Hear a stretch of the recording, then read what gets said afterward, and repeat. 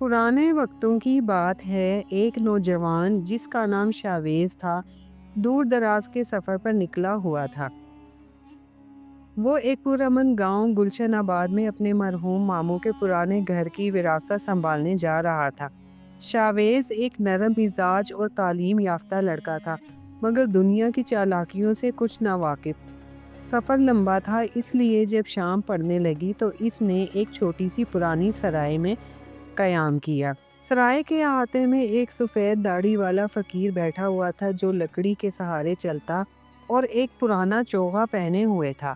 شاویز نے فقیر کو سلام کیا اور پوچھا، بابا جی آپ کہاں جا رہے ہیں؟ فقیر نے مسکرا کر جواب دیا، بیٹا میں بھی گلشن آباد جا رہا ہوں۔ یہ سن کر شاویز حیران ہوا کیونکہ یہی اس کی بھی منزل تھی۔ دونوں نے کھانے کے وقت ایک ہی دسترخوان پر کھانا کھایا۔ باتوں باتوں میں شاویز نے بتایا کہ وہ ماموں کے گھر جا رہا ہے جن کا نام عنایت علی ہے۔ فقیر چونک گیا، بیٹا عنایت علی وہ میرے پرانے دوست ہیں، تم ان کے بھانجے ہو؟ شاویز نے سر ہلایا۔ فقیر نے آہ بھری اور کہا، بہت اچھے انسان تھے۔ اگلی صبح دونوں نے سفر ایک ساتھ کرنے کا فیصلہ کیا، مگر روانگی سے پہلے شاویز نے فقیر سے ایک شرط رکھی، بابا جی ایک بات کا وعدہ کیجئے، دوران سفر آپ میرے کسی عمل پر سوال نہیں کریں گے؟ فقیر نے حیرت سے پوچھا، کیسی شرط ہے یہ؟ شاویز نے سنجیدگی سے کہا، بس وعدہ کیجئے، سوال مت کیجئے گا۔ فقیر نے مسکرا کر وعدہ کر لیا، مگر دل ہی دل میں اسے شاویز کی بات عجیب ضرور لگی۔ شاویز اور فقیر پہاڑی راستوں پر پیدل چلتے جا رہے تھے۔ جنگل کے بیچوں بیچ پہنچ کر دوپہر ہو چکی تھی، سورج سر پر تھا اور دونوں تھکن سے نڈھال ہو چکے تھے۔ کچھ فاصلے پر ایک پرانا سایہ دار برگد کا درخت نظر آیا۔ دونوں نے وہاں بیٹھ کر کچھ دیر آرام کرنے کا فیصلہ کیا۔ فقیر نے بسم اللہ کہہ کر تھیلے سے سوکھی روٹیاں اور تھوڑا سا سالن نکالا۔ شاویز نے اپنا کھانا نکالا، مگر کھانے سے پہلے اس نے بیگ سے ایک چھتری نکالی، اسے کھولا اور اپنے سر پر تان لی۔ حالانکہ وہ درخت کے گہرے سائے میں بیٹھے تھے، فقیر حیرت سے دیکھتا رہا۔ اس کے پیشانی پر بل پڑ گئے، مگر وعدہ یاد تھا۔ خاموش رہا۔ شاویز آرام سے چھتری تھامے کھاتا رہا جیسے کچھ ہوا ہی نہ ہو۔ فقیر نے دل میں سوچا، یہ پاگل ہے یا خود کو زیادہ عقل مند سمجھتا ہے؟ درخت کا سایہ بھی کافی ہے، پھر یہ چھتری کیوں؟ کھانے کے بعد فقیر ضبط نہ کر سکا اور بول ہی پڑا، بیٹا ایک بات پوچھوں؟ شاویز نے خاموشی سے کھانے کا برتن سمیٹا، چھتری بند کی اور سنجیدگی سے فقیر کو دیکھا۔ بابا جی میں نے آپ سے شرط لی تھی، آپ وعدہ بھول گئے؟ اس کا مطلب ہے کہ ہمارا ساتھ یہیں تک تھا۔ فقیر شرمندہ ہوا، بیٹا میری خطا معاف کرو، اب وعدہ کرتا ہوں کہ کوئی سوال نہیں کروں گا۔ شاویز نے کچھ دیر خاموشی اختیار کی، پھر سر ہلا کر بولا، چلیے دوبارہ سفر شروع کرتے ہیں۔ چلتے چلتے رات ہو گئی، دونوں نے ایک سنسان جگہ رات گزارنے کا ارادہ کیا۔ شاویز نے کہا، بابا جی ہمیں ایسا درخت ڈھونڈنا ہوگا جس پر چڑھ کر رات گزاریں، زمین پر سونا محفوظ نہیں۔ فقیر حیران ہوا، درخت پر؟ بیٹا میں تو بوڑھا آدمی ہوں، چڑھنا مشکل ہوگا، مگر شاویز نے شرط کی یاد دلا دی۔ مجبوری میں فقیر مان گیا۔ شاویز نے ایک مضبوط پیڑ تلاش کیا اور فقیر کو سہارا دے کر اوپر چڑھایا، پھر خود بھی چڑھ گیا۔ دونوں تنے سے ٹیک لگا کر بیٹھ گئے۔ ہوا ہلکی چل رہی تھی، جنگل کی خاموشی میں پتوں کی سرسراہٹ، دور کہیں الو کی آواز، مگر شاویز پرسکون تھا۔ فقیر نے دل میں کہا، یہ کیسا انسان ہے، کچھ تو راز ہے اس کی ان حرکتوں میں۔ رات آہستہ آہستہ گزر گئی۔ جب صبح ہوئی شاویز نے فقیر کو نیچے اتارنے میں مدد دی اور دونوں نے دوبارہ سفر شروع کیا۔ صبح کی تازہ ہوا میں دونوں مسافر آگے بڑھتے رہے۔ شاویز پرسکون اور چپ چاپ آگے چل رہا تھا، جبکہ فقیر اب شاویز کی ہر حرکت پر اندر ہی اندر تجزیہ کرتا جا رہا تھا۔ کافی دیر چلنے کے بعد دونوں ایک ندی کے کنارے پہنچے۔ ندی میں پانی بہہ رہا تھا لیکن گہرا نہیں تھا، دور دور تک کوئی پل نظر نہیں آ رہا تھا۔ شاویز نے ندی کے کنارے کھڑے ہو کر کچھ دیر ارد گرد کا جائزہ لیا، پھر بولا، بابا جی ہمیں اسی ندی کو پیدل پار کرنا ہوگا، کوئی اور راستہ نہیں۔ فقیر نے سر ہلایا، چلیے بیٹا جیسے تم کہو۔ فقیر نے احتیاط سے اپنے پرانے جوتے اتارے، بغل میں دبائے اور پانی میں اترنے لگا۔ ادھر شاویز نے ایک لمحے کی بھی تاخیر نہ کی، اپنے نئے چمکتے ہوئے جوتے پہنے ہوئے ہی ندی میں اتر گیا۔ فقیر نے چونک کر اسے دیکھا، دل ہی دل میں بولا، یہ کیا عقل مندی ہے، نئے جوتے پانی میں بھگو دیے۔ یہ تو سیدھی سی نادانی ہے، مگر اب کی بار فقیر نے زبان نہ کھولی۔ شرط یاد تھی۔ وہ چپ چاپ اس کے پیچھے پیچھے ندی پار کرتا رہا۔ جب وہ دونوں ندی کے پار پہنچے تو شاویز کے جوتے مکمل بھیگ چکے تھے اور کیچڑ سے لت پت تھے۔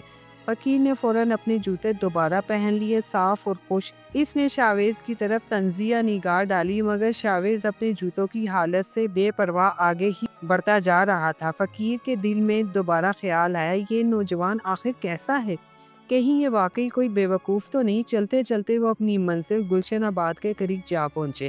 دوپہر کا وقت تھا، دھوپ تیز ہو چکی تھی اور بھوک بھی شدید تھی۔ شاویز ذرا بھی نہیں رکا، اس کی رفتار میں مزید تیزی آ چکی تھی۔ فقیر ہانپتے ہانپتے بولا، بیٹا تھوڑا رک جائیں، کچھ کھا لیں، آرام کر لیں۔ شاویز نے ہلکی سی مسکراہٹ کے ساتھ کہا، بابا جی بس کچھ ہی فاصلے پر ہمارا سفر مکمل ہو جائے گا، صبر کریں۔ فقیر نے اب کچھ نہ کہا، مگر اندر ہی اندر سوچتا رہا، یہ سفر نہیں آزمائش ہے، مگر انجام تک پہنچے بغیر یہ معمہ نہیں کھلے گا۔ کچھ ہی دیر میں وہ دونوں گاؤں کے دروازے پر پہنچ چکے تھے۔ شاویز نے فقیر سے مصافحہ کیا اور کہا، بابا جی میرا راستہ یہاں سے جدا ہوتا ہے، میں اپنے کسی قریبی عزیز سے ملنے جا رہا ہوں۔ فقیر نے رسمی طور پر اسے اپنے گھر آنے کی دعوت دی۔ میرے گھر میری بیٹی ہے، وہ بہت اچھا کھانا بناتی ہے، آج کے دن تم ہمارے مہمان ہو۔ شاویز نے شائستگی سے انکار کرتے ہوئے کہا، بابا جی آپ کی دعوت کا شکر گزار ہوں، مگر میں اس عزیز سے ملنے میں تاخیر نہیں کرنا چاہتا۔ اگر ٹھہرنے کی ضرورت پڑی تو کسی سرائے میں رک جاؤں گا۔ فقیر نے سر ہلا دیا، مگر دل میں پھر وہی خلش باقی رہی۔ شاویز رخصت ہوا، مگر جاتے جاتے ایک عجیب سی بات کہی، بابا جی گھر پہنچیے تو دروازہ کھٹکھٹا کر اور کھانس کر اندر جائیے گا۔ فقیر نے حیرت سے پوچھا، اپنے ہی گھر میں یہ سب؟ شاویز نے مسکرا کر کچھ نہ کہا اور رخصت ہو گیا۔ فقیر جس کا نام بابا نور تھا، گاؤں کے دروازے سے اپنے گھر کی طرف روانہ ہوا۔ دل میں عجیب سی کیفیت تھی اور شاویز کے طرز عمل چپ سادھ کا سفر کرنے اور ہر قدم پر غیر روایتی انداز اپنانے سے اسے الجھا کر رکھ دیا تھا۔ گھر کے دروازے پر پہنچتے ہی شاویز کی عجیب نصیحت یاد آئی، دروازہ کھٹکھٹا کر اور کھانس کر اندر جائیے گا۔ بابا نور نے پہلے تو مسکرا کر اسے نظر انداز کرنے کا سوچا، مگر جانے کیوں ایک لمحے کو ٹھٹکا، پھر اس نے زور سے دروازہ کھٹکھٹایا اور ایک بار ہلکا سا کھانسا۔ چند لمحوں بعد دروازہ کھلا، اندر سے ایک جوان لڑکی نکلی، نازک سی باادب۔ یہ تھی بابا نور کی بیٹی مریم۔ مریم نے چونک کر کہا، ابا جان آپ نے دستک دی اور کھانسا بھی؟ ہاں بیٹی، بس یوں ہی، ایک نوجوان نے نصیحت کی تھی۔ مریم کے چہرے پر رنگ آ کر چلا گیا۔ شکر ہے ابا جان، ورنہ کیا؟ بابا نور نے چونک کر پوچھا۔ مریم نے کہا، ابا میں غسل خانے میں تھی، اگر آپ بغیر اطلاع کے آ جاتے تو میں گھبرا جاتی۔ بابا نور ہکا بکا رہ گیا۔ شاویز کی یہ بات کتنی معمولی لگی تھی، مگر اس نے ایک غیر متوقع مسئلے سے بچا لیا۔ وہ اندر آیا، بستر پر بیٹھا اور دل ہی دل میں سوچتا رہا۔ مریم نے گرم روٹی، مکھن اور گوشت کا سالن لا کر رکھا۔ باپ بیٹی کھانا کھانے لگے۔ بابا نور نے سارا سفر، شاویز کی باتیں، اس کی شرط، چھتری، درخت پر رات گزارنے اور ندی پار کرنے کی سب واقعات مریم کو سنائے۔ مریم بڑی توجہ سے سنتی رہی، پھر دھیرے سے بولی، ابا جان وہ نوجوان بے وقوف نہ تھا، وہ بہت سمجھدار تھا۔ سمجھدار؟ وہ جس نے سائے میں بیٹھ کر چھتری کھولی، جس نے ندی میں جوتے بھگو دیے، جس نے بوڑھے کو درخت پر چڑھا دیا۔ مریم مسکرائی اور کہنے لگی، جی ہاں، چھتری اس لیے کھولی تاکہ درخت پر بیٹھی چڑیاں یا پرندے کھانے میں کچھ ناگوار نہ گرا دیں۔ یہ ایک احتیاط تھی۔ رات ایک درخت پر گزارنا اس لیے بہتر تھا کہ نیچے سانپ، بچھو اور جنگلی جانور حملہ کر سکتے تھے۔ یہ ایک حکمت تھی۔ اور ندی میں جوتے نہ اتارنا، شاید وہ جوتے سے زیادہ اپنی جان کو محفوظ رکھنا چاہتا تھا۔ جوتے بہہ سکتے تھے، پاؤں زخمی ہو سکتا تھا، یہ بھی عقل تھی اور قربانی تھی۔ بابا نور نے پہلی بار خاموش ہو کر ان تمام باتوں پر غور کیا۔ مریم نے کہا، ابا اگر وہ نوجوان یہاں سے جا چکا ہو تو افسوس ہوگا، اگر ابھی بھی ہے تو اسے کھانے پر بلائیں۔ بابا نور نے مسکرا کر کہا، بیٹی تم نے میری آنکھیں کھول دی ہیں، اگر وہ نوجوان سرائے میں ہوا تو میں خود جا کر اسے دعوت دوں گا۔ مریم کے چہرے پر مسکراہٹ پھیل گئی۔ اگلے ہی دن صبح سویرے بابا نور سرائے کی طرف روانہ ہو گیا۔ وہ دل ہی دل میں دعا کر رہا تھا کہ شاویز ابھی وہیں ہو۔ گاؤں کی پرانی سی سرائے جو مسافروں کے لیے ٹھکانہ بنی رہتی تھی دور سے ہی دکھائی دینے لگی۔ جیسے ہی بابا نور اندر داخل ہوا وہ شاویز کو دیکھ کر خوش ہو گیا۔ شاویز سامان باندھ رہا تھا۔ شاویز واپسی کی تیاری تھی۔ بیٹا شاویز، بابا نور کی آواز میں اپنائیت تھی۔ شاویز نے مڑ کر دیکھا۔ بابا جی آپ؟ بیٹا کل تم سے ایک گستاخی ہوئی تھی مگر آج میں ایک اور بات کے لیے آیا ہوں۔ میری بیٹی تمہاری بہت تعریف کر رہی تھی۔ اس نے کہا کہ تم بہت سمجھدار ہو۔ شاویز نے حیرانی سے پوچھا، آپ کی بیٹی نے؟ ہاں بیٹا، اور اس نے یہ خواہش کی ہے کہ تم ہمارے گھر ایک بار مہمان بنو، صرف کھانے کے لیے آؤ، پھر چاہو تو سرائے واپس چلے جانا۔ شاویز نے کچھ سوچا پھر سر ہلا کر کہا، اگر یہ دعوت بیٹی کی طرف سے ہے تو انکار ممکن نہیں، میں شام کو آ جاؤں گا۔ شام کو شاویز ان کے گھر پہنچا۔ بابا نور نے دروازہ خود کھولا اور نہایت عزت و احترام سے شاویز کو اندر بلایا۔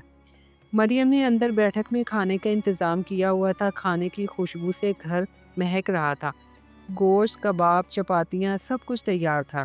مریم نے کھانے کو ملازم کے ہاتھ بھیجا مگر ساتھ ایک شرط دی، جب کھانا شاویز کے سامنے رکھو تو یہ شعر ضرور کہنا، چاند کی 14ویں رات اور آسمان پر تارے گھنے، 4 برج مسجد کے چاروں کونے میں کھڑے۔ ملازم نے حیرت سے شعر یاد کیا، کھانے کا تھال سنبھالا اور اندر چلا گیا۔ شاویز کے سامنے کھانا رکھتے ہوئے اس نے شعر پڑھ دیا۔ شاویز نے سالن پر نظر ڈالی، روٹیاں گنی اور پھر مسکرا کر جواب دیا، اپنی مالکن سے کہنا، چاند کی 14ویں رات اور آسمان پر تارا کوئی کوئی، 4 برج مسجد کے ان میں سے ایک گرا ہوا۔ ملازم نے واپس جا کر شعر مریم کو سنایا۔ مریم کا چہرہ سنجیدہ ہو گیا۔ سچ سچ بتا، سالن میں سے بوٹیاں کھائیں اور روٹی؟ ملازم گھبرا گیا، اس کے چہرے کا رنگ زرد پڑ گیا۔ وہ گڑ گڑاتے ہوئے بولا، بی بی جی غلطی ہو گئی، بس خوشبو سے دل بہک گیا تھا۔ مریم نے سختی سے کہا، تیری نوکری ختم، تو ایک مہمان کے ساتھ یہ بددیانتی کر سکتا ہے تو کسی کے ساتھ بھی کر سکتا ہے۔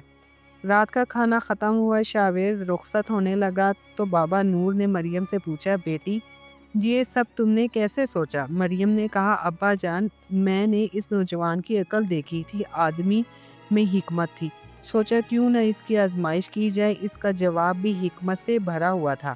بابا نور دیر تک سوچتا رہا اور آخر کہنے لگا، بیٹی تم بھی سمجھدار ہو اور وہ بھی، میں سمجھتا ہوں کہ تم دونوں ایک دوسرے کے لیے بہترین ہو، اگر تم اجازت دو تو میں شاویز سے رشتے کی بات کروں۔ مریم نے شرما کر کہا، ابا جان جیسے آپ کی مرضی۔ صبح کا وقت تھا، دھوپ کی کرنیں دھیرے دھیرے صحن میں اتر رہی تھی۔ بابا نور کا دل آج کچھ خاص بے چین تھا۔